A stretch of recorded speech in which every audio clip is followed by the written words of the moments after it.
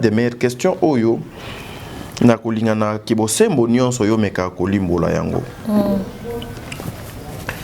Hier Fally a memé bino poto juste après qu'on memé bino poto internet et yindaki. Ko yinda même internet et yinda wana entre bino bato Fally jusqu'au jour d'aujourd'hui. Ko finga na ya degré moko mers bo baby sa mers l'équipe que Fally avait accompagné l'équipe qui avait accompagné Fally na Europe. Bo baby sa mers jusqu'au jour d'aujourd'hui, il y a des blessures. Non, nous donc ka quitté. Mais nous constatons ça aussi de la part de Madjabou. Ah bon? Et de la part de pasteur Mike Kalambaye. Comment ça? Vous êtes sans ignorer aujourd'hui les gens qui accompagnaient le révérend pasteur Mike Kalambaye pour son projet, parce que lorsqu'on parle de papa Mike Kalambaye, en tout cas, Madjabou ne sera pas exclu, parce que Azali, producteur au Bazo qui accompagne le serviteur de Dieu qui est Mike Kalambaye. Et aujourd'hui, tout le monde, entre Bino na Kat, Bozo ko bomana na degré moko impossible, tina niveau moboke, même bato mokili ba komi ko kamo na makambo nzambe pe makambo izalaka. Au juste, qui peut encore travailler avec vous pour na oetali makambo ya promotion, pour na oetali makambo ya makambo oyo ya malonga? Est-ce que les gens aujourd'hui peuvent encore travailler, réaliser des projets ensemble? Najar, il y a des journalistes oyo bino bozo ko accompagner, na ba serviteur de Dieu, na ba musicien ya mokili. Mais maman de mère, je vais vous poser personnellement cette question. Pourquoi vous êtes mal compris dans la communauté congolaise? On défendre un musicien, un comédien, ou en venant t'insulter. Mais il y a une émission, au fin qui nous doit. Il faudrait savoir juste ce qui s'est passé.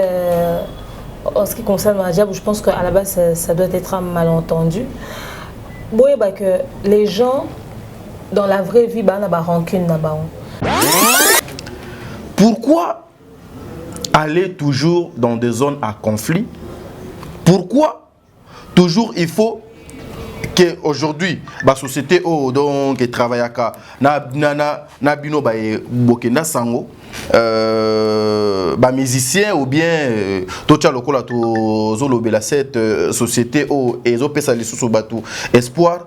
Pourquoi toujours tout autour il faut qu'on retrouve des personnes qui, excusez-moi le terme et puis j'assume, des personnes qui sont mal réputées ou peut-être en avance boyebi pe que no batuana? En tout cas, ceux qui baleki solo mabe de etikalaka nanzela obango babalekaka.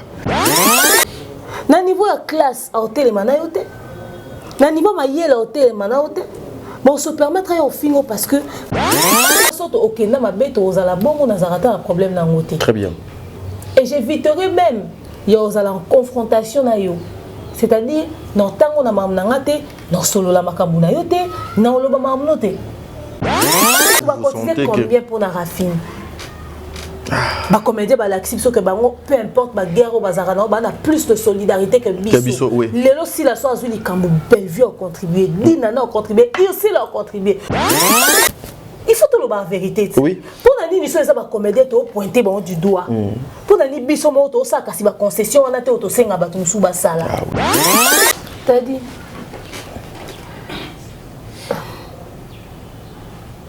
bah force à m'arrêter. Ah oui. Rafine en fout à karma, c'est qu'elle a été sur terre. Tina Liwana. Mais également, bah tout va régler Rafine, bah c'est venger na ebembe. Biso. Tout coup fait les bêtises. Mouni abso pas na mort. Tout que fait indéni. Biso ko que bah fait tité. Na barando. Ba concert. Na barando. Et puis tout ça la barando. Barando ma casse ben na place. Comédien a un droit au soin na te. Voice bimanagu ba lobby. Ba ça ba lobby. Et ça pour comédien ba leka na caméra te. So ba comédien ba vandeli biso na minute to atanelo ko lobati.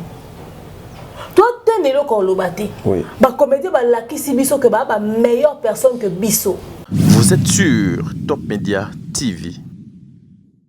Voilà, mesdames et messieurs, Bandeko Balandi à demeure officielle, Bandeko Balandi à Top et la télévision, Mbote Nabino Bisike Zwami Bino, c'est une émission que beaucoup de personnes attendaient. Lelo Tadingala pas face à Demer pour une belle émission qui va mettre tout le monde d'accord par rapport à Makamwe Belé et Zokoleka na réseaux sociaux, par rapport à tout ce qui s'est dit na Kombo Demer, par rapport à Makambo et Zoko entouré comédien. Vous savez, depuis pas mal de temps, Demer est officiellement le chargé, l'attaché de presse de Madame Belvi Kondi, qui est Moko. Il y a maman Nabiso Bazoko Tombola Nkita na Ngambo na théâtre Kuna. Aujourd'hui, Demer va parler avec son cœur, mesdames et messieurs. Alors, tenez-vous prêts parce que surprise des alliés est belée. Cette émission, on ne va pas choquer, mais plutôt ceux qui seront mal intentionnés, on va la choquer. Parce que Tokolukato, Lobama Kamboka, oh, donc, Sengedi. Alors, avant, Nakota, na thème, Obiso Toko exploiter le lot, na sengi na maman nyonso, papa nyonso mokili mobimba. Oza la famille Libota, please. Il y a un souci. Le souci est celui, il y a un site, surtout lors, il y a un tournage, il y a Maman Belvi. Je suis dans ce tournage et nous voyons combien cette femme est en train de dépenser des fois pour un site. Et des fois, combien les sites sont difficiles. Parce que tout le monde a des fois des commentaires pour dire tonton t'a dit ndako kitoko te, tonton t'a dit ndako esali boye. Maman, c'est pas facile, papa, c'est ne pas facile pour na site. Belvi tourne d'ailleurs na moi moko à tournaka. Donc chaque semaine à tournaka. Chaque semaine à tournaka. Donc ce qui veut dire chaque jour Belvi il faut azala na ndako ya sika pour na itali tournage. Bolinga musala o Maman Belvi a salaka. Bolinga musala o bandeko na biso ya ba comédien ba salaka. Aidez-nous avec vos sites. Nebi ba papa belé, ba maman belé, bazali na ba appartement awa, bazali pe na bandaku ya kitoko awa. Aidez-nous. Erbozo aider biso wana. Et ça profite aussi nanga munabino pour faire aussi la promotion du fait que ngape na kenako sala ambiance ya tournage. Donc ceux qui nous ont touché yo ozali na ba appartement numéro nanga eza na sewana, numéro ya Maman Demer pe eza na sewana na chaîne na ye, ceux qui bo bengi en tout cas Tokope Sabino numéro ya ba intendant ya bateau bazalaka chargé ya ba site et pas ya Maman Belvi pour beaucoup en contact na bango et causer quelque chose de bien. Voilà notre film Le Spiritus déjà ils ont continué, diffusion nango ils ont continué, Bandeko Balandi ya émission au le cours de bonne conduite. Prenez vraiment le temps de suivre cette émission cette belle série et vous ne serez pas dessus. Voilà, nakosenga na équipe technique soki tolo balangage moko avec vous, Demer déjà Azana mur na bisoawa na moni yena bev kuna ekité mati na ebité soki nini lelo bakosala soki bakotumba zamba nini je sais pas trop. Tous on a nos extraits ya film na bino Le Spiritus et puis on se retrouve tout justement après une question de commencer avec cette émission Tokota Maman Demer. Merci beaucoup. Na yo na bango nani nde banande bakwe kwa ki mutu ma chérie. Hein? Laisse-moi gérer. Le ben dans une bonne manière. L'autre fois, na mona que on a battu mo benabo lo bolobi. So mona na battu zala na bonne manière. Bonne manière en zalandeni. Donc c'est notre bonne manière, c'est d'abord. Au jour ana na lobate au CP la télé, lo na loba au CP la télé. So linga na zandeni. Mon commissaire hypocrite, c'est un mode de vie na ngate d'accord. Ni nyango boy. Hein? So na lobby, na lobby mabe. So na zo lobate zana ba bonne manière. Ce qu'on a vivre ndeni na mokilo. Mama bon loba na bino na loba na lisusu. Bof. Ma belle-sœur, en tout cas, je voulais te dire. C'était juste tout mon maman pour un petit coucou. Où tu vas nous présenter ngate. Nazali, yango na ina sala. Parce qu'on a sala moté. Ma belle-sœur, elle s'appelle Naomi. C'est, je dirais aujourd'hui, tout le monde déjà dans l'étape moyen fiançailles. C'est elle que j'ai choisi pour en faire ma dulcinée, mon âme sœur. Dulcinée, c'est un qualificativement. Mais expliquez la comme un peu partout. Et on fait d'accord, ça c'est qui m'a maillé, c'est m'a maillé. C'est m'a maillé, tu lui dis qu'on était pas. Maman, c'est ça ouais là les canards attendant. na le kana ngata na ndako pas na bino to bali famille mon côté mama Déjà moi bali kele bato ça ensemble et comment on ouais mikolo nayebi ke bobala na bino nga yaya nde dayi oza deya nayebi ke mais vitesse wana ezalaka bien te parce que babino basiboke na bavitesse wana apres lobi tolobi kuna so bobalani te aloleki na internet oyo balekiselaki o heure mais normalement bongo obalanga te ndeni yaya na baparcours biso komikotisaka mingi bongo te eza na mwa baréserve par rapport à na bolingwa dako okotaka yaya ebolove. Chérie, est-ce qu'on peut D'accord. En fait, c'est la faiblesse, belle-sœur. Et là, on a travaillé pendant ma casse, c'est que tu as un peu remarqué. Maintenant, ça, c'est très bon. Il y a beaucoup de choses qu'il faut travailler. Beaucoup. Bon, avec le temps. On a beaucoup de choses. Il y a un team de panayo ou encadré. Non, madame, elle a mis ça là, ça a occupation belle. Ça a occupation belle. Il faut s'occuper dans mon bal, il faut s'occuper dans le dag, il faut s'occuper dans maman. Hein? Elle ne travaille pas, c'est une femme au foyer, elle soutient son mari. Mais son mari a l'argent. Pardon? Qu'est-ce que tu as fait dans la vie? En fait, elle a fini ses études en art oratoire. Pardon? Elle a fini ses études en art oratoire. Ah, ok. Oui, elle est très forte elle est très forte en quatre langues nationales. Mais c'est qu'elle a vraiment maîtrisé ces lingala. Elle a la maîtrise de lingala. Bon, est-ce que lingala c'est une femme vraiment peut-être à la maîtrise de moi, c'est quand tu es en école? Oui, parce que...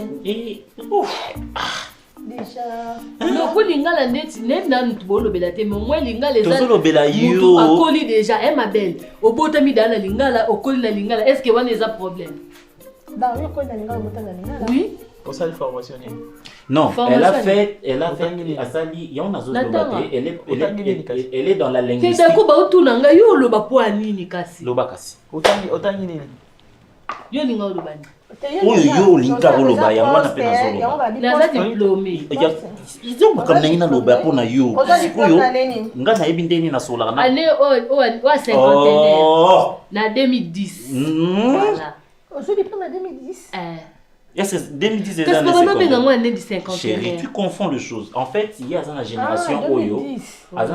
Aujourd'hui, ça fait combien d'années? 20 ans, hein? 2010. 14 ans. 14 ans. Donc, on va dire que 14 ans, ça est l'autre. Non. Elle est dans la linguistique. D'accord, c'est vrai, je suis ton grand frère. Mais là, je pose des questions à ma belle-sœur. Il faut répondre. Non, oui, le point c'est que elle est intelligente. Madame, mais maintenant, non. Non, baliboso pe na mona mais d'accord ça faut étouffer nga. Olinga te tous en compte. Mais le problème c'est quoi? Parce qu'elle a besoin d'un poste de travail. On lui pose des questions. Par rapport à ça, espace est on l'engage. Donc 14 ans au stade après votre diplôme na au stade nini? Il y a mon engagement expliqué. Na kanga basukit. OK. À part au kanga suki emisoni. Mais ce qui n'est oyo kangaka, c'est ça. Yo mutina nga oyo tunana lona lo bato. Mana tindi. O tonga ko tsona sel ba lojo nga ko complexé. Nabi tika be lojo wana lobe loto ela yango problème. Eloge na salier. Eloge na salier. Vous avez compréhension comme datanga te boyeni non. Voilà, merci mesdames et messieurs, nous sommes de retour après juste le petit tableau, il y a filmé Nabino Spiritus, en tout cas Tozongi Anna Plateau, elle est là, elle s'appelle Madame Demer, Nakanisi, comme d'habitude, un soir au téléphone, Linga Goloba Tengana, profiter Nabuaka Mama Bijoun Ketani, Nabuaka Mama Nathalie Nana Mosibu, Nabuaka Mama Zozo, Nabuaka Papa Jean-Pascal, Nabuaka Mama Deborah Lubanda, Nabuaka mon amour de sœur Katez, Nabuaka Aurélie Mafuka, Nabuaka Mama Emilie Setimainga, Nabuaka Mama Yaba orphelin, celle qui mange avec les orphelins, Mama Marie Taboura, Nabuaka Mama Madeleine Aketa, Nabuaka Bertin Konde Mongo, propre l'infirmier clinicien depuis Montréal, ou au Canada. Donc c'est-à-dire ba maman na ba papa nyon so balinga ka mosalo biso to salaka na ba o na bosani, na ba o na tangi ba kombo. En tout cas, bo tenir ngai nini rigueur te parce que zali makambo. Des fois ba kombo ngo pe ba maman na ba papa to bosanaka, bosunga biso na moko na ba commentaire moni et eza na ba maman ebele ba komo na bango de bimaka donc automatiquement parce que ba maman lokola ba madia sona masoki émission et koti au monde appena alandi émission du début jusqu'à la fin à Yepsio mon fils écoute eloko yo na eloko yo omoni so sangisi yango ezala boye lobi nazaki na tournage en tout cas ezaki ndeti tableau suka ya tournage à lobby mama makambo abimisi adage moko o ekataki biso tout kia do batu tout babando solo na scène na tableau ba solo mais mama makambo alaxika ke azali mokolo azali mama alobi muto aza mutakala atiaka maboko na poche. Donc tout le monde, tout na ba caméraman, na maman Belvi, tout le monde azaki par terre. Donc ce qui veut dire moko bo sala makambo fo itika la kana mituna biso eza quelque chose de bien. Maman Émilie Setimaïnga Nzambe a continué ko batela bino ngana linga bino mingi hein maman Nathalie na linga bino mingi ma demeure la kanisi déjà ba mabanga na boaki pe moi ebele. Merci, elle est là, Madame de Mer. Au Pessanga, pena passe à nord, hein. Au Tikela, on attend. Naboaka. Bonne santé, Madame de Mer. Bonjour, t'as dit. Bonjour, Madame de Mer. La biso santé, ça va par la grâce de Dieu. Tout va bien. Voilà. Tout va bien. Sous la semaine, hein, presque. Tout qui est vers la fin de cette semaine. Vendredi. Fin de la semaine, on a fatigue. On a fatigue. Voilà, Madame Demer, lorsque vous regardez Takiocha extra film Nabiso Awa, le Spiritus, déjà le lot Tozokozwa, une nouvelle épisode, il y a film, mais lorsque vous regardez l'évolution, il y a projet Wana Mama, et Zokotambola Boni. En tout cas, déjà, ça évolue, l'histoire en fait, en soi, ça évolue très bien. Aujourd'hui, à 16h30, à 16h30, oui. Ouais. À 16h30, un nouvel épisode de Ozawana. Tozawana, to landa, to keneko, tala, to liker, to commenter, to partager. Mais nous sommes un peu déçus la famille Libota. On a vraiment déçu la famille Libota. Ça va les souvenir, maman. To kende qui to kona bangona crème de la noblesse. De la noblesse, oui. Inspiré tout ça, moi, to qui tout. To qui moi malembe. Trop malembe. Ok. Pourtant affiché à Kitoko, histoire à Kitoko, Maramutu et à Kitoko. Pour biso au fait côté écriture que tout ratate. On a tout content le sauter. Famille Libota Tolali, famille Libota Tolali. Mais Ozala ce 8 juin na Mikilia Poto oui. Pour un dîner de charité au bazar on a Asbel il y a IESD à maman Charlie. Maman Charlie Bozio oui. Cadeau qui to bro PCP za qui en longwaki na mata. Espérer tous ces BCP va chiffre moi à l'école. Ah oui. Ils sont même tout ça là bon. Ils sont tous à fainéante na où état liba produit à Bellevue TV. Ah oui. Les Arabes makambozo ya bilo ozo côté zo mata. Vraiment spirit tous wonde boyambi on penza qui to makasi milité. Dans vos ongles, ça espérait tous dans mon thème. Très bien. Franchement, famille Botanga et Bibi sera un peu plus dynamique que ça. Et c'est une très belle histoire. Il y a beaucoup de conseils à prendre, à tirer. Donc, tout ça la meilleur plaisir que tu as en Kenya à CP la paix. Et surtout, pour la famille Libota, j'espère que vous avez une réservation pour un dîner de charité. Tu as une vidéo, il y a sport. Si vous voulez en savoir plus, beaucoup de numéro. Très bien, ah oui. Comme ça, tu repères une orientation qu'il faut. Dîner de charité, on a en collaboration donc Fondation Bellard. Na Asbel IESD à maman Charlie va s'associer à la dîner de charité comme ça moi mouké kozwa ba osungela on bandeko baza dans le besoin. Très bien. Neti boy maman Charlie a un appartement na eza alemba salongo mututo a uti poto nga dans le secteur alemba salongo. Maman Charlie a un appartement na appartement na eza kasoko louer na primo ya bien yé pourcentage à longola a 500 ngo akenda ko sa ba don pour na orphelin a otonga ndako moi munene na kinkole kuna pour na ba orphelin ba ndovanda autonga ba appartement autonga école autonga centre de formation autonga na hôpital na boulangerie aussi boulangerie merci tokenda kuna ngai na maman Bellevue tokenda ko visiter on a banda na teka vidéo sur demeure officielle et ils allaient na top média oui top média voilà cette vidéo est en top média oui projet moi modèle wala muto aza ba initiative ya boye il faut qu'on accompagner. Toujours vivre en Amboka au Batba, en Amboka, on préfère musicien et mbaye. Toujours vivre en Amboka, en Amboka, on préfère appeler ça ma finga, bala tabatanga rae, baye mbarae, babinga ke boss. Mais à penser na bano baza en groupe penza dans le besoin. Mais mutaluki ne libanga te luki dédicace te maluki à soutenir à accompagner alors yo za ndako oki dîner de charité au salaire haute yo lo ke va na hôtel mais ozaka na lemba salon wana aux appartements maman Charlie Bozo IESD ou que pourcentage au kende osunga ba orphelin so ba biso que ça don les mususu au monde on va dépenser belé mais au moins so louer appartement na montant ka oyo futi wana ya retirer kaka ata za $1 nzamba okaniselo pour moni déjà geste au salaire pour la de charité pour hésiter te ça ba réservation ngape na oya jusque là na commande ka ya maman Etienne Ngoma na PC Mbote o aza na besoin ya t-shirt ya maman Bellevue tant on a comme na poto donc bino ba ko sala no ba réservation te bobenga yango na boye ko makuna na kanisa ki na ngana lobi na te no yo ta bat na ndako nto ya na ndako te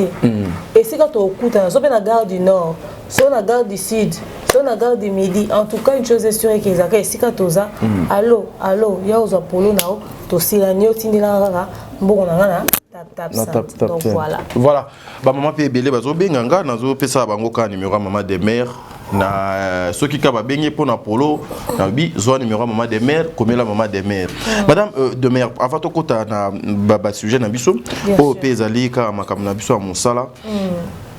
J'aimerais assez qu'avec toute l'équipe Yadap, na bandeko pe babalanda kayo na demeure officielle, yes. Omeka ko faire éclaircir biso le niveau il y a difficulté oyo Bella production à kutana kanango pour na oetali les kambo ya ba site parce que je vis 2-3 fois au assista même deux fois physiquement yo moko mona donc okiti na terrain pour na OP etali ba site ba mamé belé ba papa belé pe ba na ba site ba na ba appartement même belé ndeti bazo baza vraiment ouais voilà baza ko kangama kwa bazo fungwa mate t'as dit d'abord on banana on pesa merci na bandeko nyonso bandima ko pesa bandako na bango to tourner oui merci na bato nyonso bandima ko pesa bandako na bango pour maman Bellevue à tourner merci na bino eza facilité. Ah oui. Moto so fongo la porte anda kuna na mutu nyonso te. Oui. Mais yo on dit maman Bellevue zonga plus d'une fois. Yo on dit maka. Maman Bellevue a ko tourner. Yo on dit maka ba futa ta mbongo to ya ofele nzamba kanisi lao. Très bien. Parce que tant opesa anda kuna yo o sunga papa mo boye asa musala na ale sabana. O sunga maman mo boye eleki même so kabele mutu mbongo. Ah oui. Ko fongo la porte anda kuna yo oko s'imaginer mambo ebele quand des ba rumeur ya ka bato théâtre baza bato baboye ya baboye mais utala wana nyonso tout autant musaba ndeko ba yo sala très bien nzama pamolao ka pona Bellevue te pona comédien nyonso yo o pesa ba comédien nyonso place pona po ba ya retourner ndeko nzama kanisela ah oui alors na o etali ba site ya maman Bellevue t'a dit ngai kutu n'habite sur la scène de une émission dans sa actrice n'habite difficulté ni tout ça pour la mandat quoi autour c'est très compliqué t'as dit nabiso ouais c'est trop grave ouais on a comment un souci au lobaka na zone là comme nene et en a suffisamment d'espace pour que son mutalinia tourner en tout cas ndako na ngeza ya site et le la stress donc film nanga il y a des bossons na produisa ndako nanga mo ezaka de site ah oui ezaka site principal na senga pe voisine nanga ou a permetaka et comment le la second site ce qui fait que na saka tout chez moi et na bimaka libanda pour na ba externe pour ezaka facilité merci na ba comédien o pe ba pesa ba ndako na bango mo za acteur a pesa ndako parce que ça ba comédien o yemo ko za acteur ma pesa kanda kuna alinga te ba filmer na ndako alinga te ba filmer ndako mais ma bete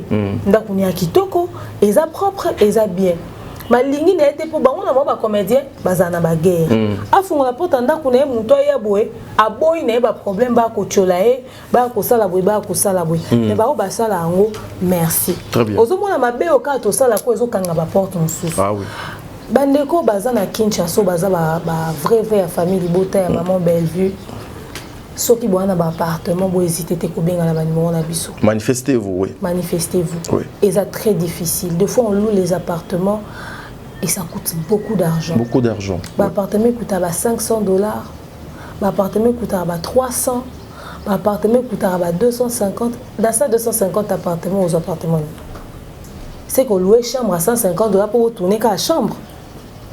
Et même si vous avez un appartement, vous avez 6 personnes qui sont côté. Oui. 8 personnes qui sont côté.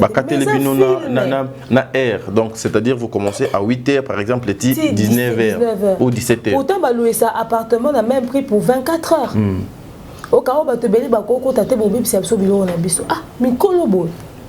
Oh, bah te belé bako ko tate pas so appartement bah te belé bako raté.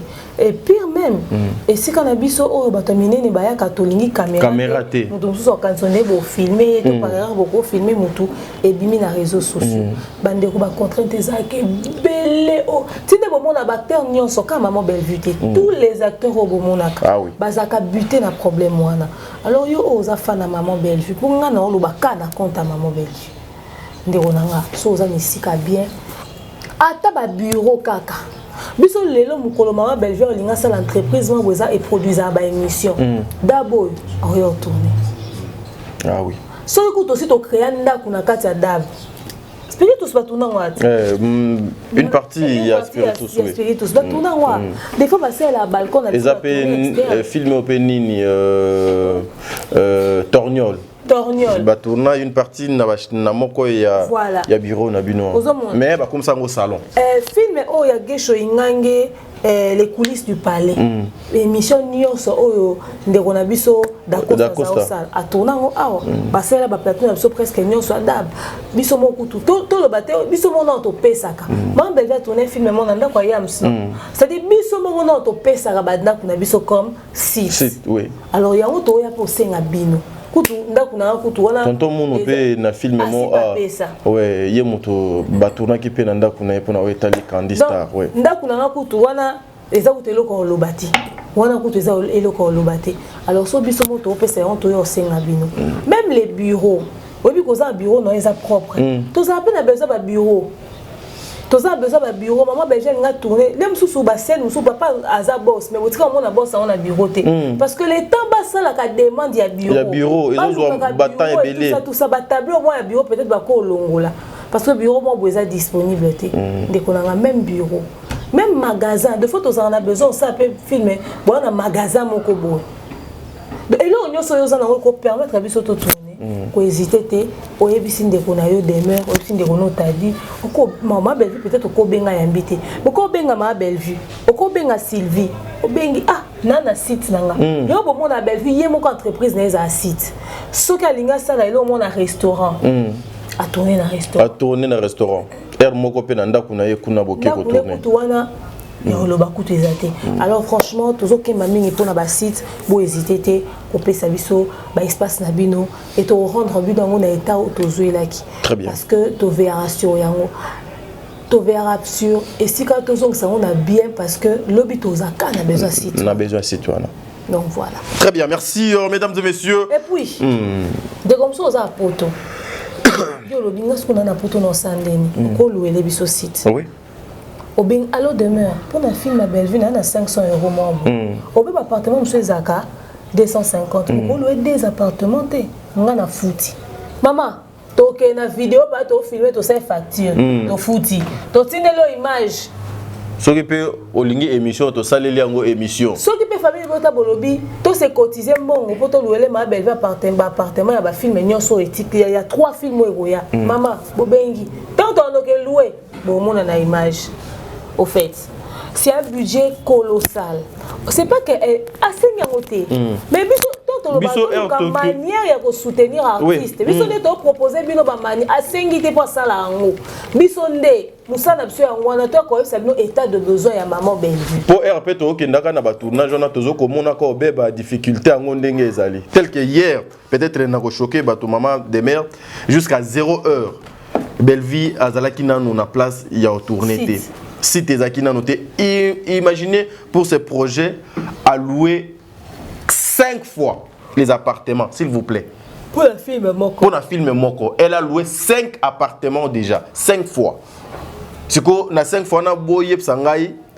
Par exemple, tout chacun Moko a joué à 150, 150, 150, 150. 150 fois 5, combien? Quand tu as appartement 150, ils arrêtent.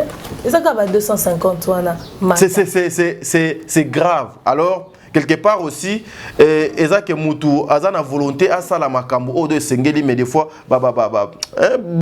biloko misusu ezoko zanga ye donc biso tozo kendaka wana tozo komona yango tozo ya kolobela po ye atindi biso teto ya koloba ngo comment tunenga question moko lobi ndeni film oyo et uti oleka crime de la noblesse. Oh, d'ailleurs, c'est mon papa Serge. Comment est-ce que papa Serge est riche maintenant qu'on est tout en train de vendre à Calibanda, vendre à Calibanda, tina souka vendre à Libanda. Niveau de richesse à papa Serge bandor bête là. Il faut que si tu es au correspondant. Ndako, benado des andako. Bah tu vas constater qu'on m'a dit que belle. Oui. Au monde. Alors là on sous les terres, on voit que si t'es compliqué, va se contenter pas dans la parcelle, mais dans un paysage bien. Alors et permettre bango basa là. Mais en tout cas beaucoup les cambo dans mon thème. Prenez ça vraiment à cœur. Besoin zalaka caméra té, besoin zalaka micro té, besoin zalaka lumière té. Ba besoin zébélé na domaine de production. Tout ça, même Bongo, Azoka Bongo, elle produit combien de films par mois? Et films, ils ont combien d'histoires?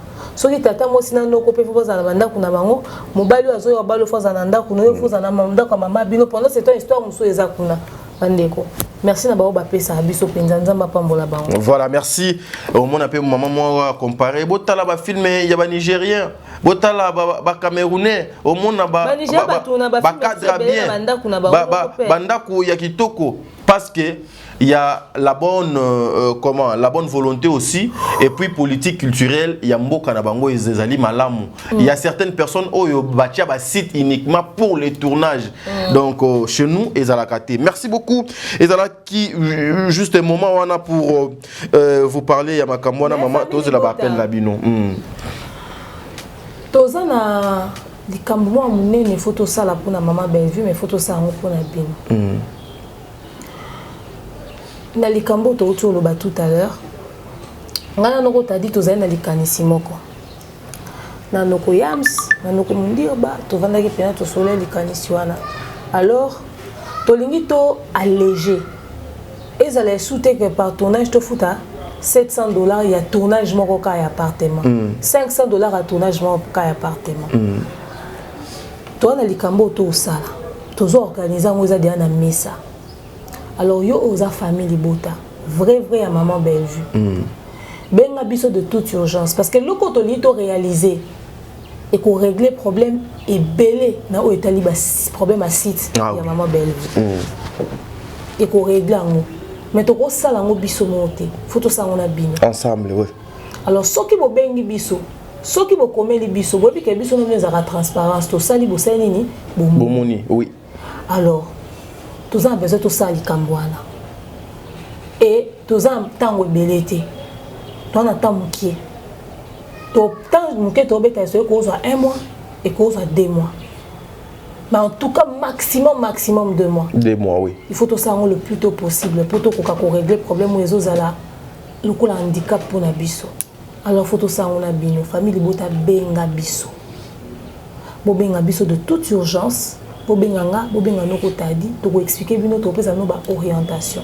ce qui na bino to réussir ko sala ngo et aider biso penza et ko aider surtout maman Bellevue pour to régler à travers notre régler les cambois sites to régler une grande partie à maman site et pour comprendre en mieux soto soleil en bo benga biso voilà.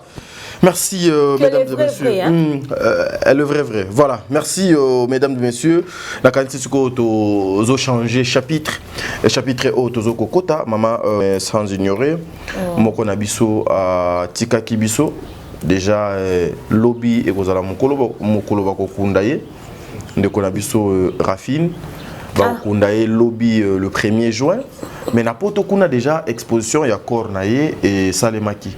Mais na ba image na ba tout ce qui se dit, tout ce que nous voyons sur la place publique, apparemment les gens ne se présentent pas na exposition ya corps ya ndeko na biso et aussi et comme peut les ce sujet il y a ba émission na ba émissionnette justement pour na ba absence ya batu ebele c'est dit à quoi ezaka par rapport à poto motunyon so azoko kima na simangonga ou parce que bazo zela kaka lelo jour il y avait mortuaire pour que lobby bakende kotika ndeko na adresse na yasika.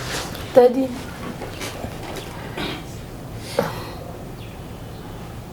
bah forcément raté. Ah oui. S'il y a un sentiment qui est réel, s'il y a des sentiments qui sont réels, c'est le bonheur, la joie, la tristesse, la colère. C'est des choses où il n'y a pas raté. Mais tout ça, c'est mawa. Et bana. Ah oui. Okobo mama na ote. Okobo mama ote. Tout ça, c'est un signe. Et bana. Et bana pe. Tout ça, c'est heureux. Et bana. Parce que aux années 50, on a heureux, ils ont la même chose. Et c'est ils ont la joie. Heureux, ils ont un bonheur. Ça s'exprime de différentes manières. Très bien. T'as dit, on a dans le bas, où ils ont un caca, reflet à réalité. Pour un toi surpris. Est-ce que Batunio Soyo, Bana Poto, Bamunio Sobaza, un bon terme de son vivant, je ne pense pas.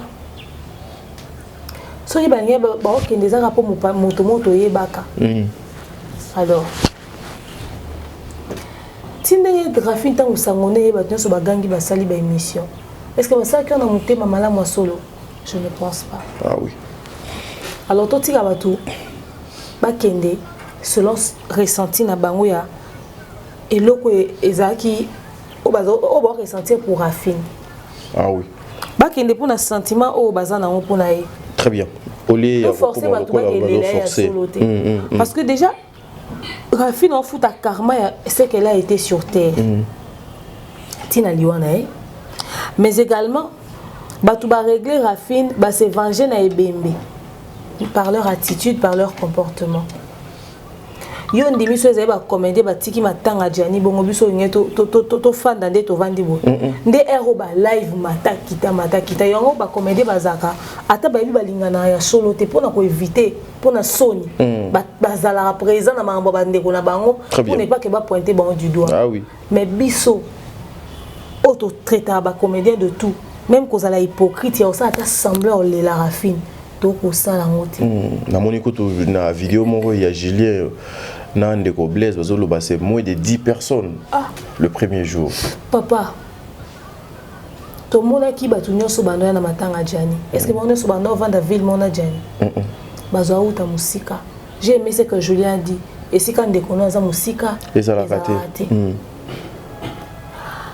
Biso parce que papa tout souvent loba tozali na makamu susu pourquoi matanga eza matanga yoki mate to kende kaka tozaka wana to bando sa makamu susu ozongela problème na biso ezate que matanga o bouger te fait beau sa makamu susu non soki comédie na zozonga na matanga pululu to sala mamoli va bien obengisa biso to kekinga kati pululu akufa ate akufi mamoli ba sa salaire programme sa bongisa biloko opesa pour la morgue matanga ekimaka te bapesi biso date mosusu to bongami tak biso wana tokei kinga kati matie moi musique pour la kufi azape collègue ya ba comédien to télémika quand même matie moi musique pour nous changer les idées parce que même pendant la cérémonie avec maman Olive, elle a quand même évoqué les cela liwa pour to télémi moi musique kobina taka moi muke tout ça c'est pas comme si on s'enjaillait to si to zongi internet ezika bino ba comédien boke ko vanda na maman Olive boke ko lia boke ko mena boke ko bina boke ko fêter pendant que pour la zawapi na morgue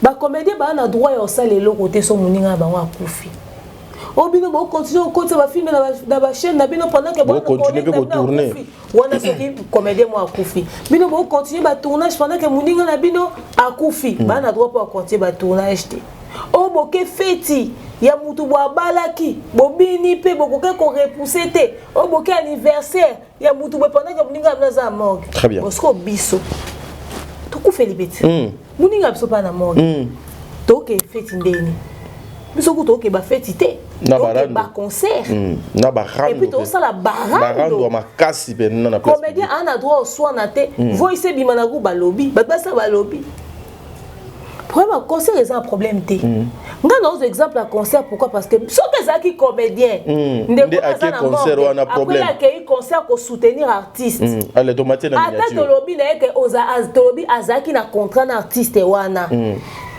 ndeka ba Jérémy ba kende na soulé basé sous contrat non oui il fait pas ça spectacle collègue d'abord considéré ka akufi et puis effectivement matanga Jani bas reporter qui voyage il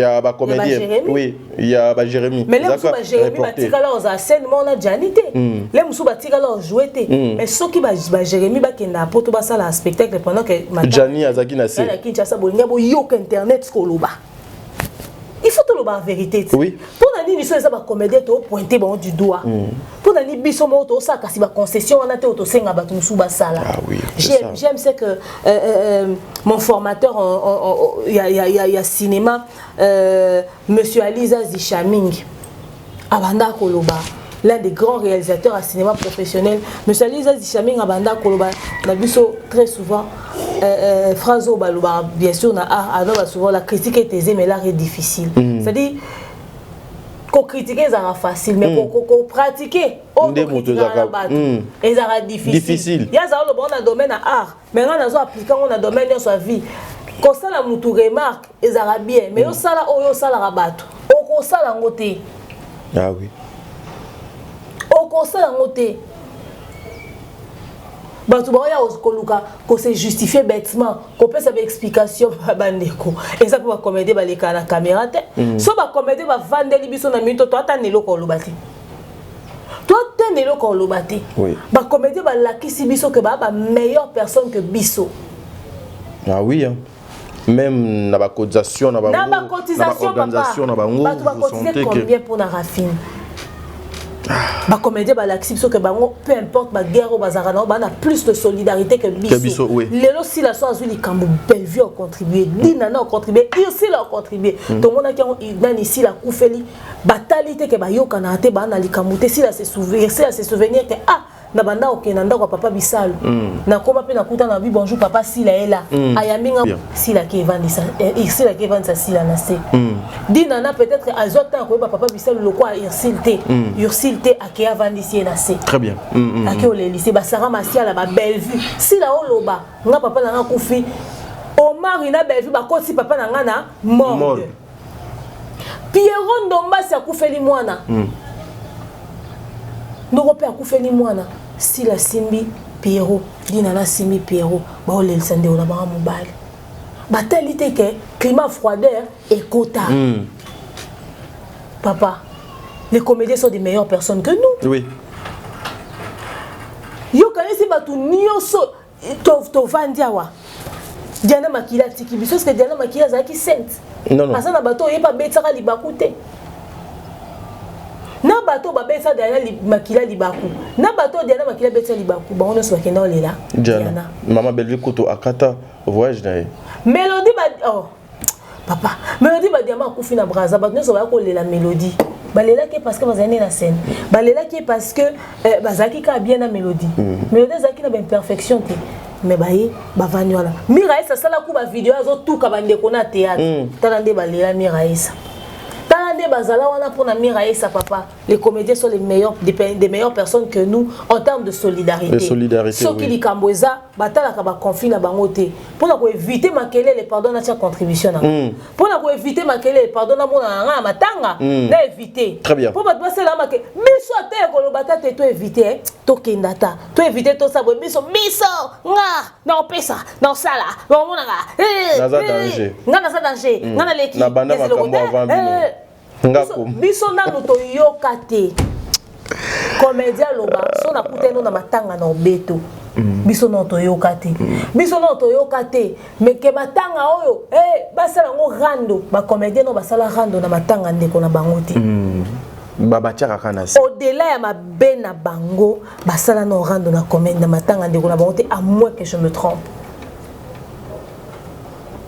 makambo komi belé ba comédien ba kufeli awa même atana matanga mama chako famille loba batu boye ba loba na matanga ya dadi famille kende boye zonga boye ozomona ke pour eux la priorité c'est trouvons des solutions pour nous enterrer d'abord notre frère ndenge moko na auto uto lekisa awat il y a Jani Fay ezaki peka bongo ti basali quand même comme les efforts fait li mwana papa n'internet omoni décor osali boye tala décor mwana ke ba comédie bazana ndeko na ba décor tia kundi mwana tisuka tina suka sans makelele makelele kutu et pas ba kaka biso ba etozalaka ba mal intentionné oh décor ndenge nini mwasi na ye ayete na matanga mwana na ye propre mwasi ayete or la femme de décor était présente et puis etalaki pe nani soki donc ayakati donc biso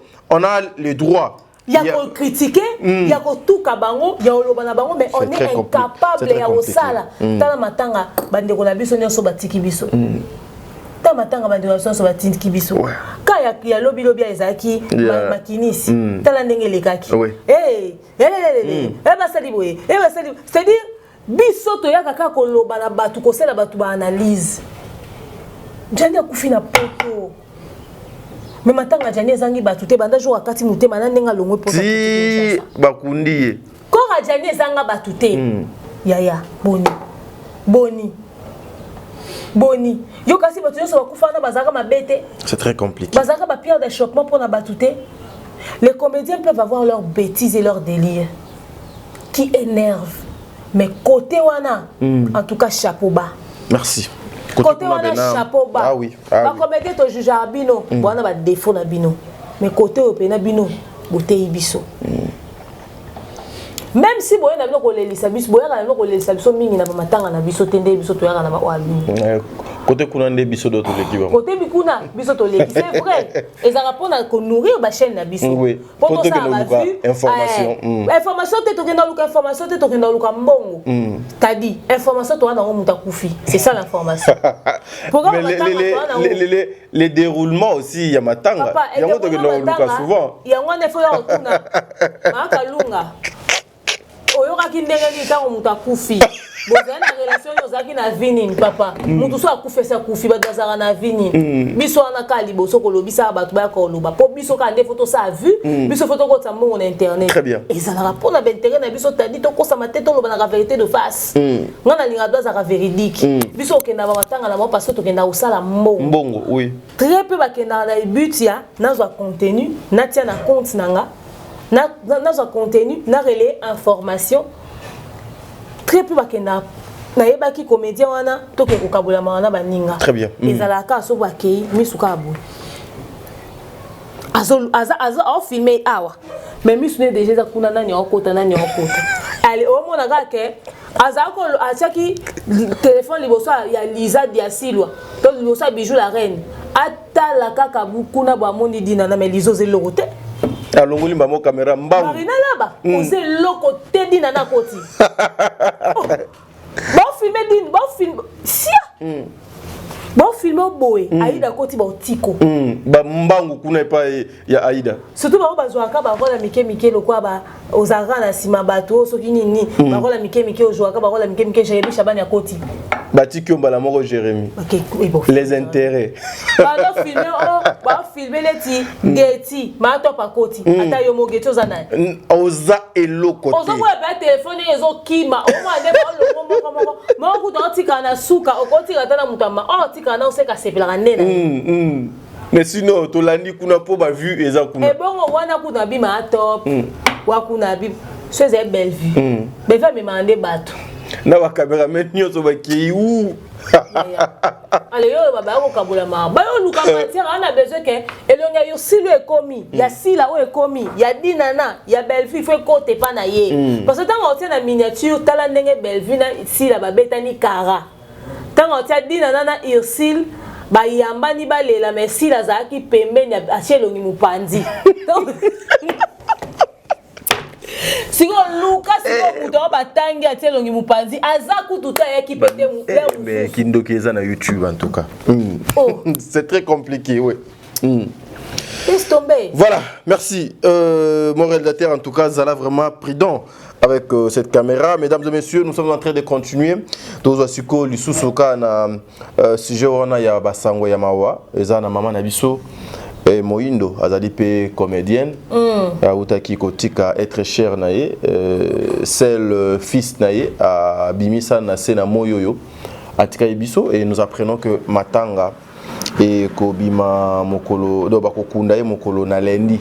Mokolo il y a lundi sur les 10 si je m'abuse pas, il y a mois de juin mais apparemment bah déroulement il y a bah obsèque il y a moi na il y a maman Nabiso et puis le comédien comme si pena baza pena mobiliser activité hein baza vraiment activité contrairement na ba Matanga mususu ndeza la gazala.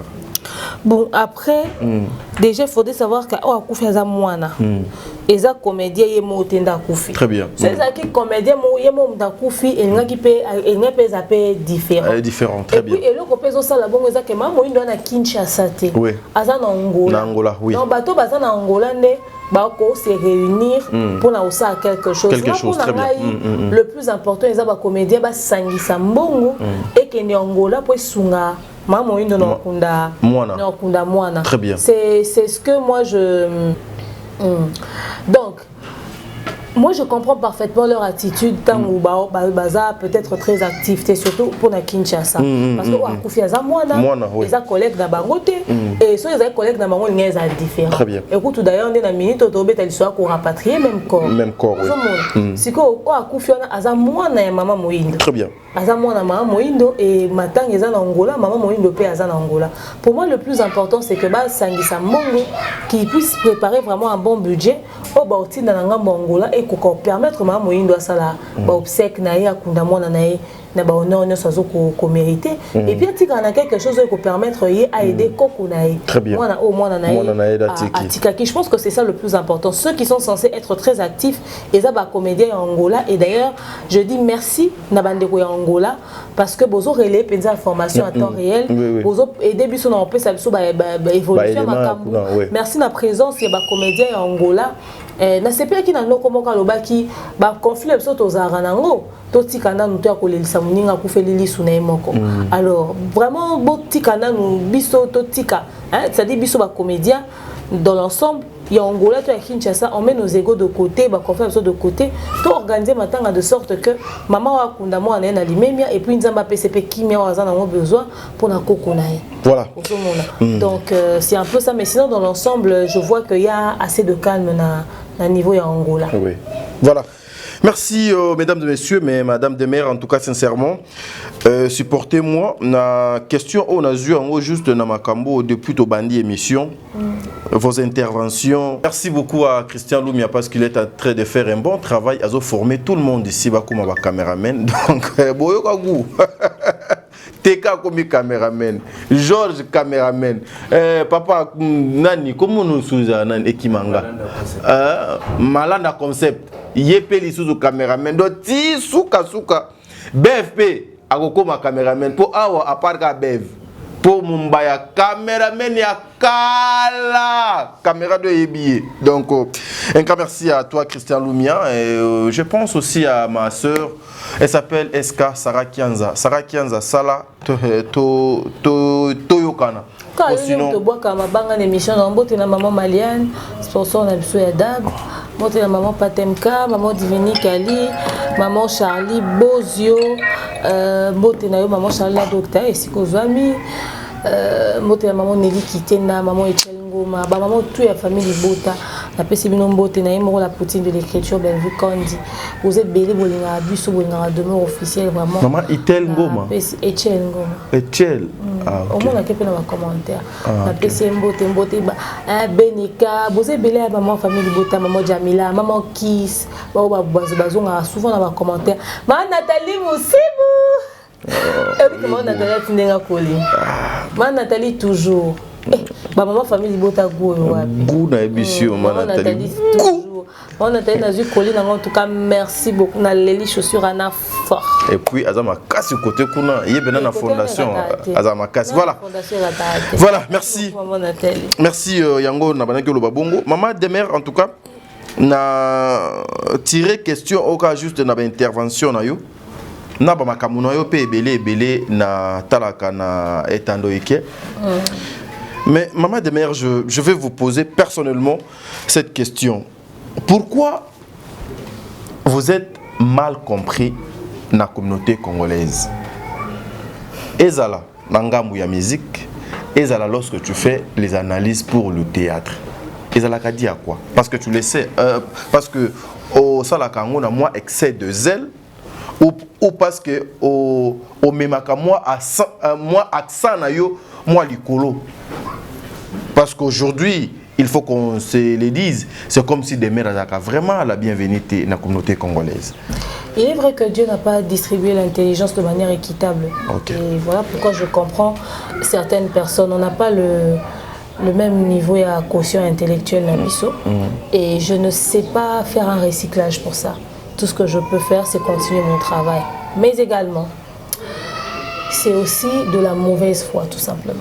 C'est de la mauvaise foi. Très bien. Dans cette communauté, en fait, quand il y a des gens qui, quand ils sentent que tu as une réflexion un peu plus élevée, pour ne pas dire être intelligent, toute prétention mise à part, quand tu as une réflexion un peu plus élevée, il y a des gens qui créent un complexe. Et puis, la vidéo, on a posté qui n'a aussi oublié dans ça, na monika mutumwa ba plus ba comme Kirikou, Pygmée, Kangourou, Dokolos et tout ça.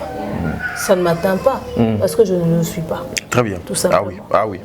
Mais moi je me dis, tu écris quelque chose de comme ça en pensant que tu m'insultes. Moi tu m'insultes pas parce que c'est pas ce que je suis.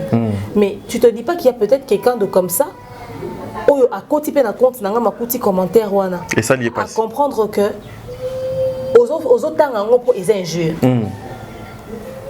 Tout simplement. C'est-à-dire au finginga personnellement, mais ça ne m'atteint pas parce que je ne le suis pas. Mais Moutou Azabongo n'a se sentir insulté par ton commentaire. Dans mon film, moi 2-3 comptes mon lelo. Vous avez le mabé, vous avez côté, vous avez bien été. On est comme mon atron compte ça va compte on a moins peu bien été. Malongate, très flou. C'est-à-dire que les téléphones sont la qualité ma bé, to yende à la qualité ma bé. Mais au moins on a fini la réflexion il y a quelque chose de sensé. Et bah tout le monde a comprendre que toute logique et réflexion na ote mayo critiquer réflexion na. Moi on a auto ticket na commentaire na tout ni. Vous êtes sûr que au réfléchir avant que maman commis pour des mambo commis na yo mo bien ote. Parce que tellement à côté de la plaque. Tellement à côté de la plaque. Et si au monde a bongo ba convaincu que personne de ça m'avait bandé ba ça la bien. C'est-à-dire je suis tellement occupée dans ma vie que si on a dans wana, je te dis je vais perdre mon temps. Ah oui. J'ai pas suffisamment de temps pour moi-même. Mal aimé par la communauté, moi en tout cas, je ne m'attendais pas à être aimé de tout le monde. Le peu de personnes qui arrivent à apprécier ce que je fais, c'est des personnes qui ont encore leur cerveau en place. C'est des personnes qui sont passées sur un banc de l'école, qui ont étudié. Cette fille, elle est trop prétentieuse, elle est orgueilleuse. Au moins, je ne raconte pas des stupidités ou des absurdités. Je ne raconte pas des stupidités ou des absurdités. Ah oui. Avoir une confiance dans la communauté, au fait, ça doit dépasser l'entendement de la normale. Quoi. Et quand tu es quelqu'un d'honnête et de véridique, ça paraît pour de l'impolitesse ou de l'arrogance. Les gens ne savent même pas dissocier l'arrogance à l'impolitesse, au manque de respect. Les gens ne savent pas. Et ce sont ces mêmes personnes-là qui viennent te parler impoliment dans les commentaires, qui te reprochent d'être impoli. Et ils ne reconnaissent même pas, c'est-à-dire le mal au sala. Et les gens se croient tout permis. Alors, comme n'importe quoi, on a compte, on n'a pas droit à c'est pas nous, c'est la société, c'est la communauté, c'est la société qui nous oblige à faire face à des personnes comme ça. Dans le bas jour, tout ça, là, il faut compter, tout le monde dans des faces. Tout le monde de face. Au coup de notre demeure, ou répétez les mamans commis en commentaire de face. Jour moro boé, fille moro gang à la moto, na télémaki, Nzela, j'étais en un oncle, la station de service hors pays essence. Alors, on a télémi, ben vas-y na Simon fi na téléphone. Non, on a un oncle, Oui, nando kende lemba. Na temi c'est nga on fait un téléphone. Fille-moi zena moto. Basa neti ba freiner. Bazami bali. Agangi. Au moins les nga on fait un téléphone entrée à station. Oncle aza kuna station. Na kati ba otile camion. Yo le kala moto agangi. Yo de mer. Au finga bato chaka mu na internet ozande bien te boy. Ozape mu kuse boy. Mais on do finga bato internet. Na bisi oui na bien te na mu kuse mais na leki mama na yo. Ouais. Faka gu. Agangi mdobo. Telema yo répondre nga bongo ebena telema na ese kita yaka. Muta moto. Ah tika yo mto bandi eti yo mto bandi. Mbala moko. Muta moto. Asi muta telema muta moto bisenga na osa musana nga yo mto bandi nga na osa musana na tema pona ba buso banao. Muta moto continue c'est-à-dire ba freiner ba ça net ba freiner mo des embouteillages ba ça doit freiner soit zolo ba akei. Nando zela kita. Mais là aussi, c'est pas de sa faute, c'est la faute, il y a l'éducation qu'il a reçue. Hein. C'est ce qui a permis à ce que... Maman, le bine beau point, il est maman, yo finga nanzela. Ah oui. Ngana za maman ya mutu. Au finga ngana nanzela. Au sali peu de l'autre côté. Na sali l'autre côté. Mutu musu so yoka abenge mpoli. Mais mutu se rendre compte que ngape na maman. Ah oui. Moi na ngapa ko za blesser na ba propos wana. Si il faut qu'expliquer maman na bango pour na nini ngai na lobi na maman na bango que nga na za mieux que maman na et c'est normal ça paraît impoli ma réaction mais les gens comprennent pas que biso ne to boy to pe ba maman ba na biso pe ba ko za blessé na ba propos musu ba batena biso au moins moi mobile yo fingo na commentaire soit temisi moi siné boy mais en communauté na chevite soit comme si bande déconner oui bon comme là dans la chevite mais on se permettra au finga on se permettra au dénigrer parce que au pesa qui a vu na yo na émission mo o ya sepeli na ngote au moins mtazo bundana a défendre un musicien tout un comédien ou ayebi kututé en venant t'insulter mais yo tant ça émission au finga qui muto anate très bien on s'adresse qui peut na été parce que à la base c'est-à-dire nous sommes face à une communauté qui se croit tout permis. Moutouba ebsenga demain tika koloba bongo ba parents ba salelo te bon biso toi ba parents. Biso pe ba famille na biso ba blessé. Ah oui. Ah oui. Et ça ba tumsu ba finga biso na commentaire mais na niveau rang social. Mana biso te? Ah oui. Ebelé. Na niveau rang social ba te mana biso te parce qu'on est c'est pas parce qu'on est riche. C'est pas parce qu'on est bourgeois. Dans le minimum, il y a vu au lait l'hypothèse manté kaka ya bleba na tongo au menati rouge. Nanda ko beleza na ngote. Mais on se permettra au fingo. Na niveau de vie dans société bo hôtel les mana hôtel. Na niveau de classe hôtel les mana hôtel. Na niveau mayel hôtel les mana hôtel. Mais on se permettra au fingo parce que réseaux sociaux pesi possibilité et moi mutabongo aep alors ça a créé une compréhension, une réflexion au pesaki d'un sujet moins important. Pourquoi je suis incompris? Parce qu'il y a de la mauvaise foi et il y a de la jalousie. Il y a de ces personnes qui te détestent parce qu'elles ont jalousé you. Alors on a que yo ko yé bébé l'été, yo ko za maël été, yo ko za bien té. Muta sala muta zate tadi. Mais au moins muta vanda aya fingio. Bato sou ba finga biso so to misi ba photo na. Biso to ndo publier bato ba finga biso. Mais bon regretter. Moko famille ba benganga ba senga pardon. Aba no finga mama top boy. Ngami balé ya mobali ya moi si ba auto senga ba pardon pour la publier. Na tchaba ngo ka na émission moko. Donc na mona ndeko na moi si en tout cas buboli misa ba maman mais alors tu vois il y a des femmes quand tu regardes la femme comme ça, tu sens que non je suis face à une femme. Donc on a peine ceux qui osent talaboué et ça le cola makambo le nouveau ministre la lobby ceux qui ka au saliango makala 15 ans. Donc ça dit à zopesa chilengité. Donc comment elle n'a pas de forme. Mais Maman Top a plus de 50 ans. Sotali, Maman Top, Maman Top a pena mutu, moi si pena. Mais elle n'a pas de forme. Mais Moutali Bosso, il y a Robanoya au finga. C'est compliqué. Tu te fais voir, tu penses que tu as le monopole de l'intelligence. Tu as le monopole de l'intelligence. Il y a Kovana qui analyser. Contredire avec des arguments. On a payé sur la vie. On a payé sur la vie. Il y a Olobana. Au moins, acharnement gratuit insulte gratuite, attaque gratuite. Très bien. Dans cette publication, on a commis, si tu, dans cette communauté où les gens te détestent gratuitement, tu arrives à être en vie, c'est grâce à Dieu. C'est grâce à Dieu, oui. Mais j'avais lu ça aussi. Toi, tu détestes les gens et tu attaques les gens gratuitement et c'est toi qui te permets de dire ça.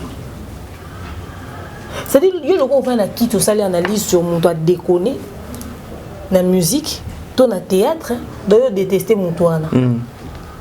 Mais c'est faux. Puis on sait là-bas émission. Moi, si on a l'ingaro, tu n'en sais l'émission. Moi, si je te déteste, on attend le bas. Jamais. Non, comme le niveau détesté, je peux encore te citer. Il y a encore l'exemple. Moi, les personnes que je déteste, je ne les nomme même pas. Je ne les cite pas. Je ne les calcule même pas. Si on a comme le niveau tango, c'est qu'on a détesté aussi. C'est ce que les gens doivent comprendre. Et tu vas voir quelqu'un qui se permet de venir écrire quelque chose de comme ça. Mais malheureusement, c'est la communauté qui nous inflige tout ça. Nous, pourquoi je suis incompris? Je suis incompris parce que nous sommes dans une communauté où il y a beaucoup de personnes qui ne sont pas suffisamment intelligentes, beaucoup de personnes qui ne sont pas suffisamment instruites, il y a beaucoup de personnes qui sont remplies de haine et de mauvaise foi parce que je ne peux pas être comme Yé, notre préféré Naïnae. Il y a beaucoup de sorciers, il y a beaucoup. Et les personnes normales, il faut tout le la vérité. La preuve, au moins que ma belle est oui, oui. Les réseaux sociaux, vraiment, ma bébé n'a pas dans la place.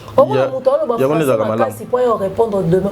Cette demande-là, c'est une parvenue. Écoutez, maman, surtout, il n'y a pas parvenu.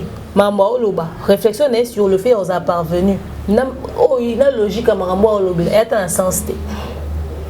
Elle pense que c'est parce qu'elle s'exprime en français qu'elle est mieux que tout le monde, qu'elle est au-dessus de la mêlée, mais n'importe quoi. Et ça, problème, Mambo sur le lobby, c'est des longs discours vides. Répondre à l'analyse ou à la salle. Très bien. Voilà. Madame de Mer, les gens vont venir te détester gratuitement. Est-ce que des fois ça vous effraie pas aussi de voir que au monde appelle le nom de des mères pays autant à Manandé moko ya bien té. Quoi effrayé non. Mais des fois aussi ça vous fait aussi reculer un tout petit peu sur certaines décisions ou non. Voilà. Au contraire, je pense qu'à chaque fois que je vois les gens venir s'acharner ou s'attaquer à moi gratuitement et booster un lissou davantage. Je ce monde autant en internet, internet en ligne. Té. Na ligne té. Et puis au fait, moi je suis une femme de parole. Monsieur Mounanga il a lobby li kambat ba attaquer a changer langage. Na sala ngoté. Parce que avant dans l'émission, on a préparé l'émission. Donc maman a lobby. On a avec conviction. La Bible dit tout ce qui n'est pas fruit d'une conviction est un péché. Ah oui. Moi je suis une femme de parole. Quand je dis ça, ça reste ça. Et puis, on garde la position. On a changé la position. Très bien. Ce que je dis, c'est ce que je pense. Et si je prends une décision, et puis on a longoué, on a changé de décision sur les locaux. Ils ont justifié. Et justification, ils ont la logique. Donc, moi, je n'ai pas quelque chose qui me fait reculer ou qui me fait baisser les bras au fait. Parce que l'objectif est à la rendre. Très bien. Si on a aussi biso ko attaquer biso ko finga biso ko humilier biso ko loba mabe na biso to ko luka ko yinisa biso na bateau, c'est parce que justement les gens veulent nous faire reculer. Très bien. Et ceux qui to sali yango et ça ko servir bango, excusez, et loko bazaki nango besoin. Et moi je ne pense pas que je suis venue pour être lâche devant qui que ce soit, non. Non, pas du tout. Voilà. Merci beaucoup, mesdames et messieurs. Nous sommes arrivés sur la dernière étape. Il y a émission Nabiso, dernière partie, j'allais dire. C'est cette partie peut-être que beaucoup de personnes seront choquées, des mères. Excusez, tout le monde faut place mon koyo nangai, mais nazana kazaka nangai, il y a journaliste. Question OYOP. Et outika kana ba maloba na yo moko nde nazo ko kozwa ba question. On veut parler de ce qui concerne le révérend pasteur Mike Kalambay. Rendez-vous oyo à Pesaki ba congolais nyonso na mois de mai. En tout cas gloire à Dieu, concert et Betami Namboka Bapayakuna na Zénith de Paris. D'abord commentaire nayo ezali nini par rapport à concert ya Mike Kalambai. Bravo et félicitations. Le pasteur Mike pour la réussite et événement et bravo à toute l'équipe de Majab Production parce que ça nous Très bien. Voilà, le Kola Tangi Kumbo Yamajab, je salue en tout cas tous les dirigeants, Konzi, papa, maman, Bazoko, Bunda vraiment pour Kotombo la Kombo Yanzambe, pour nous appeler ça sous valeur. Encore une fois, il y a repé ça mon Congo na mokili pour notal sabatuke Nzambe aza capable ya rosala o pe ba maman na biswana basalaka na peti bango mbote bisika elongo bani bango mais maman de meilleures questions oyo na kolingana kibosembo nyonso yo meka kolimbola yango.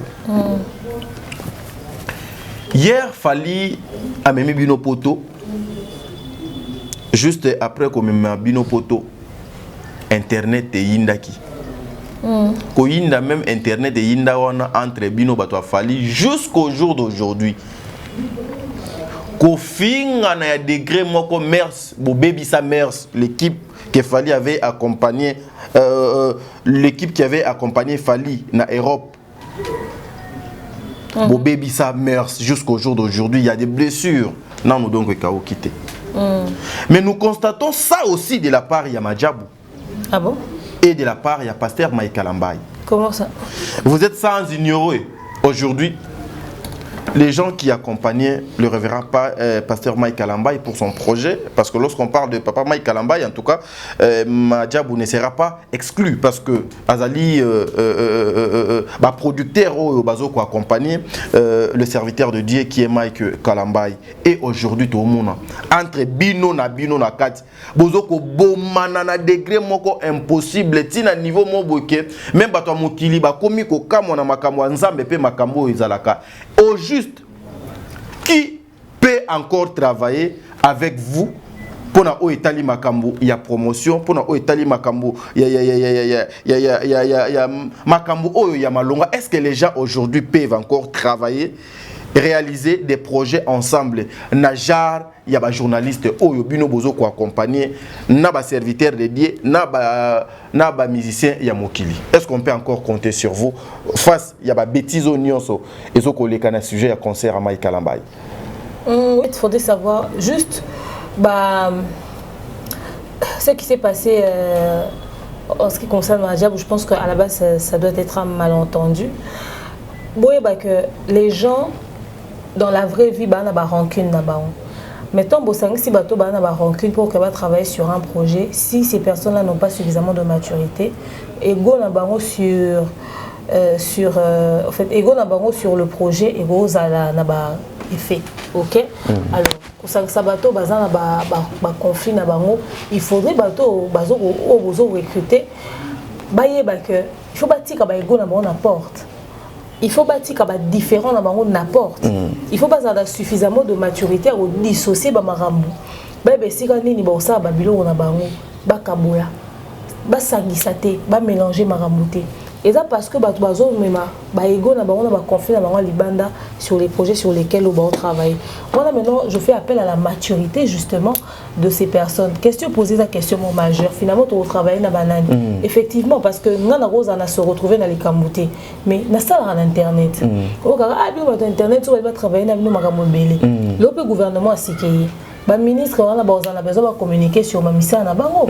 Ba député on a besoin de communiquer sur mission na bango. Mais à moi bozena fali. Bokena Majab. Et ça te rejoint sur la politique. C'est une manière de nous fermer les portes aussi. Les gens ne voudront pas travailler avec nous si on n'arrive pas à afficher la maturité qu'il faut du côté professionnel. Parce qu'en réalité, on sentir que peut-être beaucoup de gens ont pu considérer que les autres, c'est-à-dire, et puis généralement, quand ils font la forme de dispute, ils ont rapporté il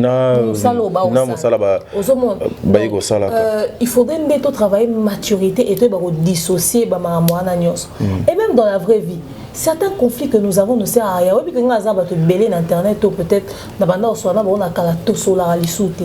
Mais na swana na bangote na tanga bangote. Et puis surtout kutani to kopesa na mbote te ponga na rabongo. Nga soto okenda mabeto ozala bongo na zarata un problème na ngote. Très bien. Et j'éviterai même y a en confrontation na yo. C'est-à-dire dans tango na mamnangate, dans solo la makambuna yote, na oloba mamnote. Je te calcule pas, frère.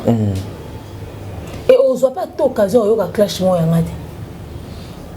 Aussitôt, comme exemple, je suis comme ça. Le problème est que la communauté, généralement, les personnes qui s'en prennent à moi, ce ne sont pas des personnes avec qui j'ai un conflit direct. On va créer un conflit envers moi.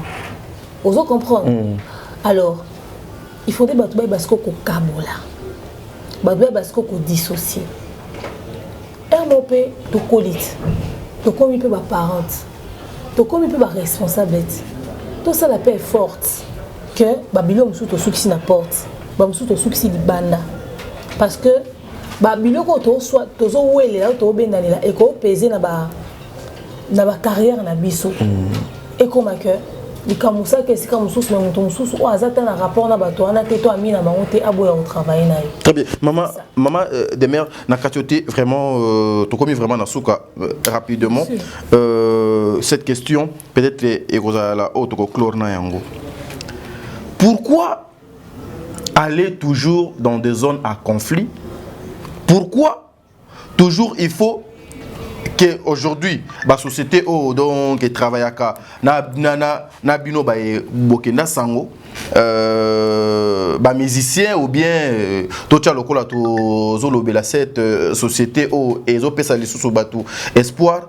Pourquoi toujours tout autour il faut qu'on retrouve des personnes qui, excusez-moi le terme et puis j'assume, des personnes qui sont mal réputées ou peut-être en avance boyebi pe que no batuana. En tout cas, ceux qui baleki sur la mabé de etikalaka nanzela obango babalekaka. Et ça l'a dit à quoi? Parce que les insultes ouana makele les nabango, accrochage nabango entre bango, ça fait avancer ou ça permet la communication. Il y a makambo oyo kolo société wana bakana besoin et atteindre ou et ça l'a dit à quoi ou et c'est pelisaka oyo engageaka mal nécessaire. Oyo baza lokola les anti-valeurs, il y a communauté surtout dans la place publique. Madame Demère. Au fait, pourquoi ils viennent vers nous? Toi, il y a besoin d'un scandale, besoin d'un risque et tout ça. Pourquoi ils ne travaillent pas avec d'autres personnes et tout pour éviter justement s'associer avec des personnes à problème. Nanana, demeure à la base. Na fi a scandale ta. Na fi a buzz te. Nazande na yo na plateau. Yango tozo sala do analyse. Justement, non peut son réponse. On a fait un scandale, on a fait un buzz, on a fait un curité, on a fait un problème. Mais ngai na vandi boy, na yokio, okuna lui a fini des mères, so il pona nyanga lobaki. Okuna seli des mères droit de réponse. Okuna se des fois na rosa na vandi na za surpris à prendre que mutumo attaquer nga point ni pona pesa ki a vi na nga émission mo boy o ya sepele na monte.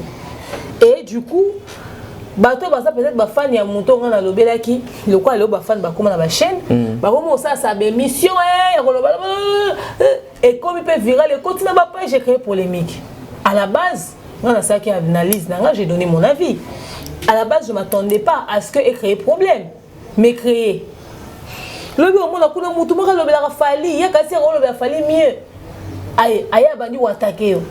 Le bio kuna lobela so qui pensi là. Aya attaqué. Moi quand je même belle vue, ma kanisi que ya ko sala ngo le gayo, aya ko attaqué. Au moins mutu musu, c'est-à-dire to se retrouver des fois na ba problème au biso créé. Mais so obi ko kutaki demeure ça rendre dans mutu internet à sala ngoti. Mais lobby na rosa na zu contrat. Mutu mo ya na réflexion le royaume. Ba demeure wana bazaka trop na ba clash. Donc des tinga na bo ba katanga le lemo na baba.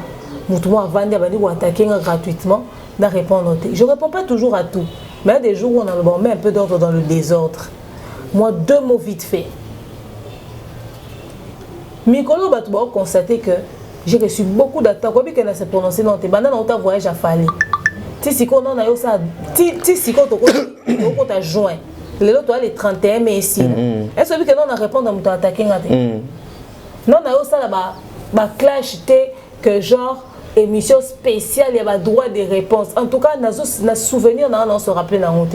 Je parle des gros dossiers où il y. Je peux peut-être dans cette émission poser une question sur et là on l'Obama qui prend dans cette émission. Mais dans na kalosala une émission na formule le live. Na yo ça là droit de réponse na répondre ba doudou soupou na répondre ba te bébé na rotanga na musapino na sala honte. Mais mutu mo rotanga nga lobi atali dossier on a né comme viral sur internet à quoi il biso atadi yo travailler na demain ndeni on so bana ba clash bana ba rando na bango et tout ça à ça bon profil té or à la base na bon profil mais seulement internet on va monter à ma belle rebelle de moni peut-être ba bazuli comme na ba tomboli na ninga monter à ma be nga mona bato na so ça bien à considérer comme ba pire vieux na ba pire sœur a autant muselo on a na ninga ma be pour que bato ba inanga ba attaquer nga ba finganga bato to solana ba to se confier puis ba biloko bito na tali na bi mais de quoi ce que zo yeba que nga pe na mamuno na za on na maloba na ko loba c'est-à-dire to solo la ka et donc de tant yo zo luka o exposer nga o bosa na ke yo pour confier nga makamo OK so na bimisi mokili ozika bato yo telemi na ngamu na bango parce que ba yebi ke yo tonga bango pa nanga tu vois un peu mais au vandika calme comme on est à mon andinga mabe et qu'on faire perdre au contrat Moussousou et il y a réalité si quoi ça oh non loba on est à une autre paire de manches il y a réalité Moussou les années et que batoma kele ndé bana visibilité ta la basa la 100 000 vues 50 000 batoma kele était les anti-valeurs j'ai décidé batoma kele non au cause non Makelele, non, je parle de Makelele, il y a un scandale, il y a un buzz, il y a un finger, toutes ces personnes-là, Makelele, on va ça là, pour les Tibet, non, Bengue, Makelele était parce qu'il y a ça la émission normale, Mombaya et tout, Babino. Et c'est que, Makelele, wana, na visibilité, na ultimate. C'est-à-dire, si on a yébishio, responsable, à des fois, l'émission scandale au matin, yo ko dit ma kekindi wana bato tout le monde a tout respecté à toi monsieur, madame. Basta la vidéo na kinding. J'apprécie beaucoup ce que tu fais. Tu me fais rire. On fait rire ndengeni ya lo bato ba deux fois. Ya benga bato ba PD. Ya finga bato. Au moins la responsable moi terminer kinding moi c'est gêné. Tu vois? Et le besoin moi que entreprise monto comme ni ça la ma base fait kinding pas sa communication. Base kinding sa communication pasteur Moïse. Mais kinding on a quelle moralité dans la société? Tu vois? Et puis ça peut être mortel, ça peut être bino pe na ngambu na bino, batu boye baza. Mais il faudrait qu'on se dise une vérité, batu na ba na visibilité. Internet est à la muto a calmeté. So ko za calme, ozo loba bien, oza poli, oza éduquer, oza instruire, oza na même visibilité. Est-ce que bi ke batu nyoso ba banga batu ba finga? Même ba star ya mboka na biso. Même batu ba na mbongo ba banga batu ba finga ka. Au moins la luka baza la bien en bon terme na bato ba finga ko ba finga bango te. So ça la musa no calmement aux anodimat. Mais ça c'est encourager le mal. C'est encourager le mal. La mauvaise société ils ont détruit le mœurs. Voilà. Comme il a projet mon lingo ça là, comme luka, il faut notre luka canal ya communication aux ala viral très bien. Ils ont la visibilité. OK là comment on a Raphaël Walukonka, c'est ça son nom, non? Oui. Au père de papa, on a présenté puis ma condoléance en passant. Il est trop logique. Il est trop logique. Non, ça n'est pas Raphaël. Pas été. Il y a bon, ça bien le mapé français bien, mais on a visibilité. Et puis on a combien d'abonnés? M'abonner mouki. Yo ke lukaka ici kaka place d'or ma beza. Zoye bomae lipwa yekuna nda OK. Parce qu'il y a plus de personnes. Parce que bato buzoba o balinga mamba buzoba ba otala Ingrid te. Mais bato mayelo batala Ingrid batala kapé bato buzoba. C'est-à-dire bato buzoba ba na public na bango, mais ba pe na bato mayelo batala rapé bango. A otala mi o vandi pe o zappé. Non mais c'est que Koudri qui raconte beaucoup de déjà vu te. Et celui qui a la visibilité, très bien. Au moins, on a comme waouh, très belle émission. Mais partagez en autre. Mais au moins, vidéo moi mutu moi ça qui scandale la finga qui t'a lobaki ah mon ami obi ke bano internet ba so moi regarde abandé au partager mais d'abord attaque teaser émission na TikTok à partager té or azo ebate que oh on est comme viral et bah qui c'est les abonnés et permettre rien à marcher et permettre rien à marcher. T'as dit malheureusement c'est la réalité du monde aujourd'hui bah dimakoya vers bah médiocrité wana parce que médiocrité ça viral et ça va être molé kende faut tout le bana ba vérité les autres ko se voiler sous la fasteté to ko vivre na hypocrisie t'as dit na demeure na français son na lobana na émission son na salle nini moi je faisais des émissions 100% français la communauté oh non a demandé non demeure ça ka ba émission na lingala et tout d'ailleurs j'avais repris mes émissions français dans une émission français lingala et l'équipe zo ba mingi. Parce que là aussi, aux acquis, il y a beaucoup plus, il y a la communauté qui prenait part aussi dans l'émission et puis voilà. T'as dit. Allez, au moins la communauté donc au sali au sala au tema ele au kokotia mais et aux viral t'état la matinée. Donc c'est pas important. Opportunité bon qui couper ça on bâton. C'est triste. À un moment donné tu te dis c'est triste. Mieux vaut que je fasse quoi? Que je prenne du recul, que je fasse comme tout le monde, que je fasse comment au fait. Les gens viendront insulter demain parce que ça qui analyse objective, mais comme il y a un sens de fanatisme, mais on préfère, on bête là, on a fingi dans l'émission, le quoi fingi kitoko, ok, n'a bien, mais demain on a baleki, si demain on a l'équipe, c'est ça qui a une émission à PCV, mais on bête li mo fingi ma beaucoup. C'est très compliqué. Et bah, on a des bases virales. C'est qu'on a plus de visibilité que Mouto Osa Moussala bien. Et bah, toi, Osa Moussala bien, on a une opportunité, on a un contrat. Les gens souffrent. Ils ont la pasteur, ils ont la musicien, ils ont la nani. Personne n'est épargné. C'est triste. C'est triste. Mais au moins, vous pouvez aussi faire l'exception. Yango Nazolinga, nationalé, na frère moko, na sœur moko. Ne te fatigue pas, n'embrasse pas. Banzela wana mabe parce que tu as trouvé qu'il y a la facilité là-bas. Ah oui. Non. Et ça facilité pété. Et ça dit plutôt bazoko kotsa yo na vie oyo qui sera très grave pour toi demain.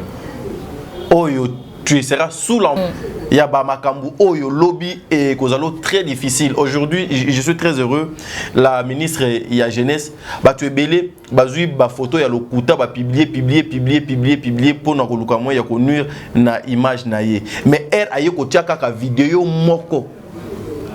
Na maison communale ya Gombe batali kam ndeko na biso motion na ndenge azali ba o nyonso ba détracteur o ba baliaki ba panda donc image na ye na ndenge mabe ils avaient tombé. Pourquoi? Parce que ba yaki pona ba nuire. Mon frère, n'enviez pas o ezo pelawana liboso. Nous devons travailler donc aujourd'hui. Acceptons la souffrance. Même Jésus-Christ a accepté la souffrance. Andima ba betaye ba sete. Et kochanzube na mutu. Makila et Zotanga est vivant. Sans anesthésie. Bazo beta et c'était. Et ça, mythe, et ça, les soloté. Si ceux qui, ok, Bible, autant y na Bible, au monde, ba film nango pe totala. Le bien de ces mondes est un nango éphémère. Les éphémères, mon ami. Et les cas. Et les cas. Et puis, le plus grand, Namukili, c'est Dieu. Et puis, la personne la plus riche, Ezali Moutoyo a respecté ma valeur, à Tamolaka na ba principe. C'est cette personne-là. Et non la personne qui se cache derrière les anti-valeurs pour se faire grand. Ah oui. Ah oui, très bien. C'est rien du tout. C'est rien du tout. Voilà pourquoi nous avons compris la vie, nous avons compris les choses et nous avons créé. Yes. Même si aujourd'hui nous ne serons plus là, mais ceux qui viendront après nous, des mères Azali boyer, des mères à laisser boyer, des mères à laisser boyer. J'étais très ému l'autre fois, je vu Héritier et Israël Mutombo. Bazolobela des mères na plateau sur ces analyses. Oui, ça m'avait énormément fait moi, en tout cas, personnellement, je ne m'attendais pas de voir Héritier témoigner comme ça à la télé pour de mère. Il y a certaines personnes, il faut ko comprendre sens ya phrase nanga eza nini muto yo alingi donc aloba nini heureusement que toza ba responsable ya ba compréhension ba toté na yiba phrase do pas de mère mais vous qui avez des moyens aidez-nous. Parce que vous avez des enfants, vous avez des amis. Aujourd'hui, les gens que vous employez pour travailler na compte nabino, êtes-vous erré?